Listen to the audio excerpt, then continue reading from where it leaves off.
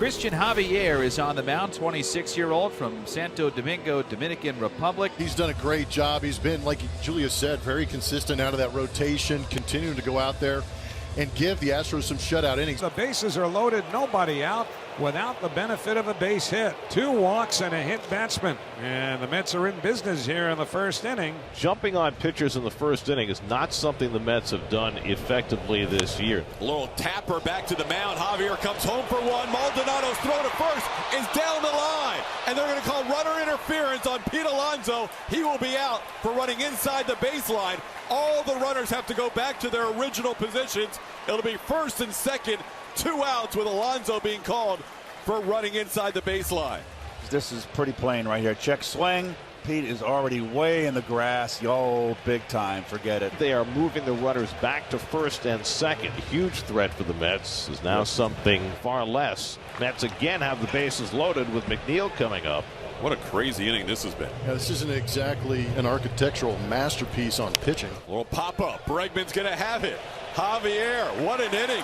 3 walks, a hit batter, and unscathed. Side is retired and the Mets don't score. Donald McGill on the mound for the Mets, coming off a terrific start against the Cardinals his last time out. So let's see if the Astros are going to be patient against him, because if you do get a pitch in the zone, he usually gets hit pretty hard, especially on the road. It went out. And now it's Mauricio Dubon's turn. The 0-1. And Dubon lifts this one in the left fairly deep. It sends back Pham. He leaps. It's over his head and off the out-of-town scoreboard. Dubon is on his way to second as the ball goes into left center before being picked up by Nimmo. And it's a double for Mauricio Dubon. Tough play for Pham, who kept drifting back and eventually ran out of room. Now Kyle Tucker will bat. If Tuck can deliver here in the first inning. Catcher's interference, another one for Tucker. He's amongst the league leaders, and he is climbing up to Josh Reddick territory in Astros history as he hits the glove of Omar Narvaez. So now first and second for Alex Bregman. You mentioned McGill struggling with the zone this year. That takes that one, and that's going to be in the dirt. Send both runners 90 feet further. Now second and third with 1 out. And then now he's in first inning jeopardy. Benefit Alex Bregman, who could drive in 2 with a base hit. That's wide, and that's going to score a run. This ball off the netting as Mauricio Dubon crosses the plate. We talked about the wildness. I didn't anticipate it turning into a couple of wild pitches to lead to a run for McGill. 3-2 pitch coming, and that's a ground ball through the drawn-in infield. It's 2-0 Astros. Alex Bregman got down in the count, worked it full, and now an RBI single, his 43rd RBI of the year. Mets first inning calamity just keeps getting deeper. Things are getting awfully goofy awfully early. And that is 4 walks allowed now by Javier. Second one to Nimmo. Bases are loaded, and here comes Marte. And again, this is not normal for Christian Javier. He's used to slicing and dicing guys up and down. He has a 2-0 lead. The Mets trying to change that. And Marte lofts one out to left, chasing, jolts back. He got a bad break, and it goes over his head. Vogelback is in. Beatty around third. He will score. Nimmo pulls in at third. It's a double for Starling Marte. He drives in 2 to tie the game. And now here is Lindor.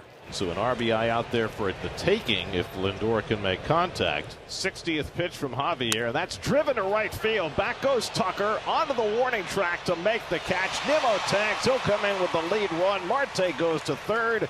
Lindor's 51st run batted in on the sacrifice fly, and the Mets go in front 3-2. So Javier has now walked 5. Pham has walked twice. He trots down to first base, and the lefty Jeff McNeil coming up. Fouls that one off his leg. It goes down in some pain. That get him on the knee. Oh, that's off the knee inside. That hurts. If that gets you on the side of the knee like that, it could just deaden your leg for a few minutes. Oh, it hurts. I think he's going to be able to walk it off, but that really stung him. Here's the 2-2. Fastball got it by him. Strike 3. There it is. And that's the first out of the inning. The first strikeout of the day for Javier. So 1 out and 1 on. Now Vogelback. He's running. Maldonado's throw on a hop, and Pham is safe. Javier's ripe for the plucking right here. Let me tell you. 1 big base hit. The Mets hoping to cash in further and add to this lead. That's ripped down the right field line. Vogelback's got an extra base hit. That'll bring in Pham. Vogelbach heads to second. Tucker's strong arm throw, and Vogelbach slides in safely with an RBI double, and it's 4-2 New York. And that will be the end of the day for Christian Javier.